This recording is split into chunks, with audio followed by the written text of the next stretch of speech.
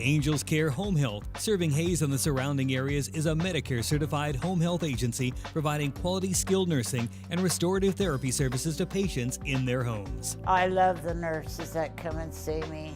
Angels Care is there to help 24 hours a day, and all services are covered 100% by Medicare for patients who are eligible. Since I learned about Angel Care, I would recommend them to anybody. Angels Care Home Health. We serve patients. Eagle Community Television presents Community Connection with your host, Mike Cooper. Hello and welcome again to our Community Connection from Eagle Community Television. Thanks for watching. Thanks as always to the producer of our series and editor, Jeff Durall, and for the camera work and also the help with the setup and our presentation today, Brandon Cooley from Eagle Community Television. We're at Custer Hall, third floor, with the Docking Institute of Public Affairs on the campus of Fort Hays State University as we visit with Bradley Pendergast. He is the MPA, BA in Political Science from Fort Hays State University. And stop right there, Brad. We need to ask you what the MPA stands for. It's a Master's of Public Administration. I got that at Wichita State University. The MPA is it's a degree used in managing, like if you want to go into like city management or nonprofit management, you know, that kind of area is what that degree is for. And there's also a good, strong research program in that degree as well. So that's kind of the path that I'm following right now. Following that, the Docking Institute phone survey principal investigator for Kansas Speaks, which is done, as a matter of fact, in its 9th year now, is done in the spring and the fall with the Docking Institute of Public Affairs at Fort Hays State University.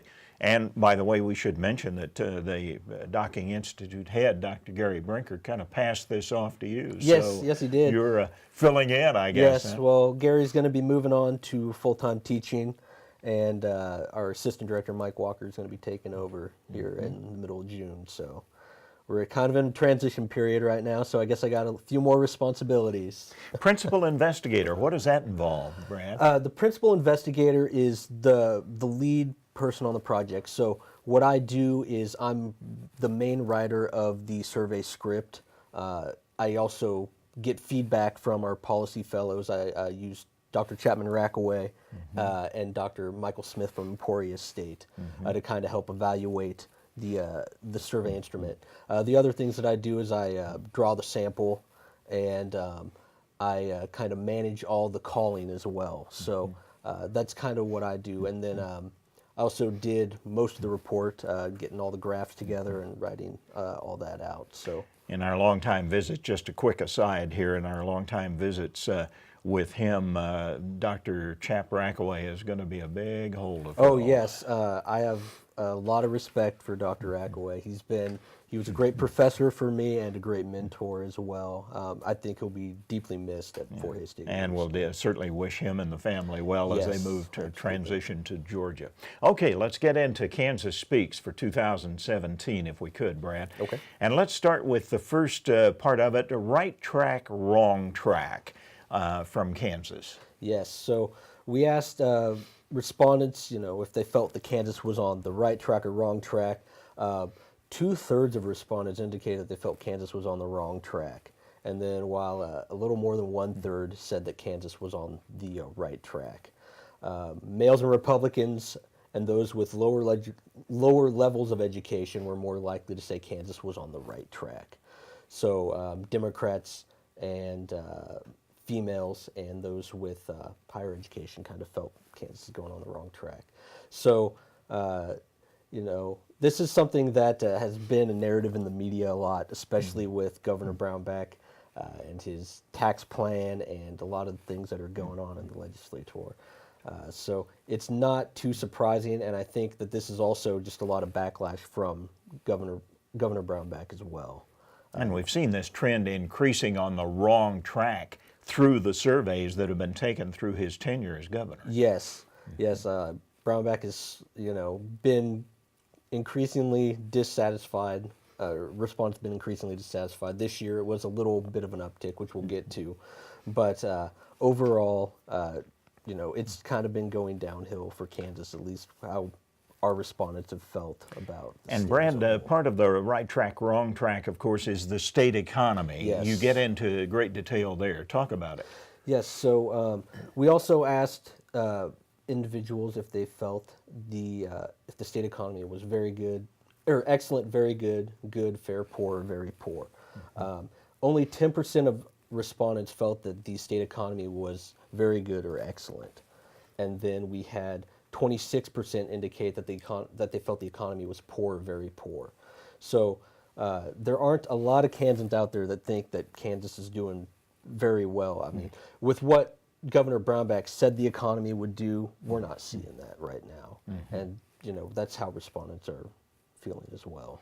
And once again, the preponderance of the responses were that the economy was not doing that well, impacting a lot of people in a lot of different areas. Yes, a lot of people were kind of saying, the economy's okay, but that's not what Governor Brownback promised the citizens of Kansas. He said, Kansas is going to be great economically. We're going to bring a lot of businesses in, and we're not seeing that, unfortunately. And that translates to an overall dissatisfaction, I guess, with the right track, wrong track Yes. situation there. Yes. All right, let's talk about some specifics there, if we could, Brad, about respondents who said they were in favor of increasing taxes or both. Were asked which taxes they would increase. Talk about that a bit, would Okay. you? So we had an initial question before that asked how they feel that Kansas should address the budget deficit, whether that should be increasing taxes, cutting spending, or both. So then those individuals who said that they favored increasing taxes or both were asked, okay, which taxes would you favor increasing? Over half, 56%, favored increasing the income tax, and then 39% favored increasing sales tax, and then 19% favored increasing property tax. This has been something that has been interesting. In the past when we've done this, there has been a lot more favor of increasing the sales tax, but I think now that it's been raised to a point where I think people are probably okay with it, or maybe think that it is a little too high, and income tax has been dropping down, I think people are realizing, hey, I think we need to increase that income tax again. And that's kind of what they're working on right now at the State House. I don't know if they're actually going to get something passed, but I know they're trying to get something that would get around a veto. So we'll see how that works. But at the same time, trying to institute that 3 levels of income tax responsibility for taxpayers, if you will, to the return to the highest income Yes. that unfortunately has gotten most of the benefits from the Brownback plan. Yes, absolutely. And there's actually another question we talk about here of, what classes of citizens would you want to see taxes increased, decreased, or remain the same? And those with higher incomes and large corporations have pretty much through the entirety of Kansas Speaks have shown that they favor increasing taxes on those individuals, which is the opposite of what Kansas has been doing since Brownback's tenure as governor. Well, and there has been that high sales tax, which impacts Yes. the lower income families generally more, plus the higher tax on food, which is one of the highest, if not the highest, in the nation. Yes, sales tax is absolutely a regressive tax. It does affect the lower income individuals more. We didn't actually ask about it this year, but we have asked about sales tax on food, and the majority of people do want to see that tax at least decreased on food, if not eliminated, the sales tax. So generally, again, to kind of review, they would be in favor of increasing taxes on the upper income and corporations. Yes, large by and corporations, large. yes. Or both even, perhaps some cutting, although most economists would say that we've cut about everything in the budget that can be cut. Yes, and I think people support cutting stuff until it affects them. Once they see, this service that I use is gone, what's going on here, then that's when they start getting upset. So I think that's probably happening a little bit right now here at the state. They're starting to see services that they're using getting cut, and they're like, wait a second, this isn't what I want. Docking Institute conducted the Spring 2017 Kansas Speak survey from February 23rd through April 11.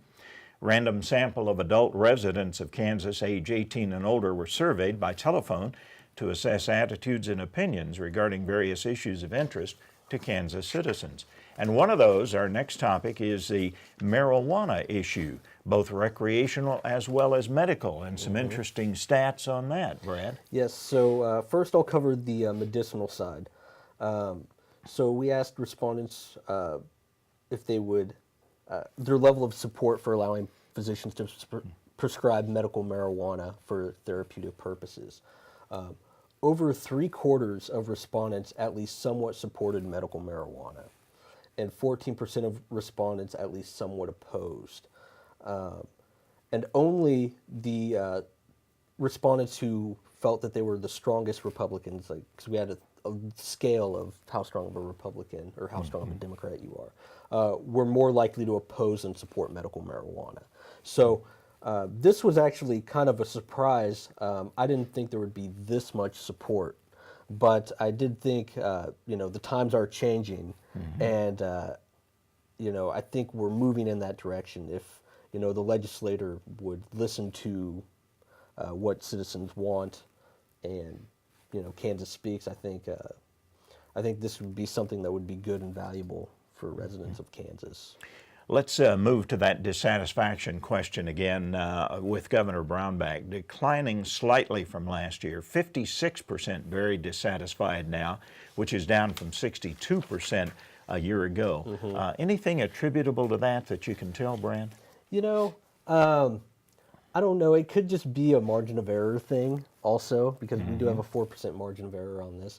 But it could just be that he bottomed out. Like, he got as low as he could. And, nowhere to go but up, there's nowhere basically. to go but up at that point. I mean, he was the least popular governor in the country. Chris Christie now has taken him over for that. I'm sure he's kind of relieved He's about number that. 2 now. He's number 2 now. So, I just think, I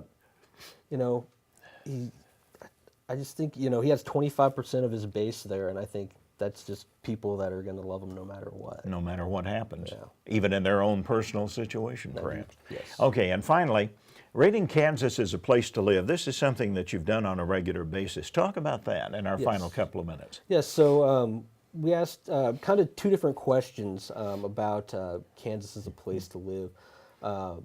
And the first one, we just asked them to rate Kansas as a place to live. About half of the respondents indicated that Kansas was a very good or excellent place to live.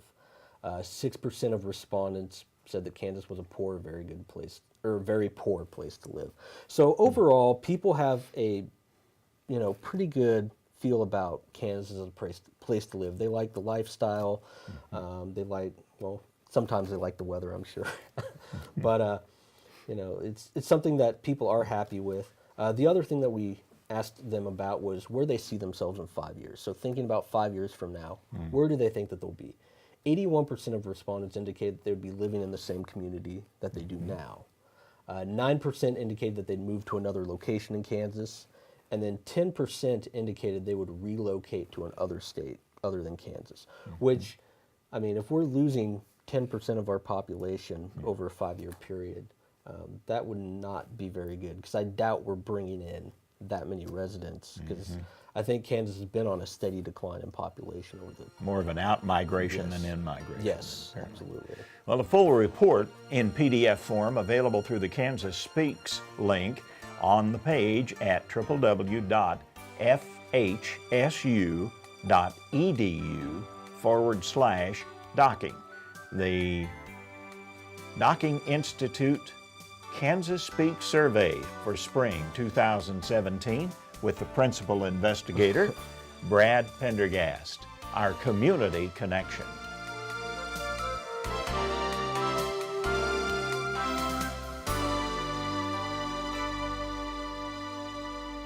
Angels Care Home Health, serving Hayes and the surrounding areas, is a Medicare-certified home health agency providing quality skilled nursing and restorative therapy services to patients in their homes. My Angel Care physical therapist taught me how to do exercises safely. Angels Care is there to help 24 hours a day, and all services are covered 100% by Medicare for patients who are eligible. It gives us independence in our home. Angels Care Home Health. We serve patients.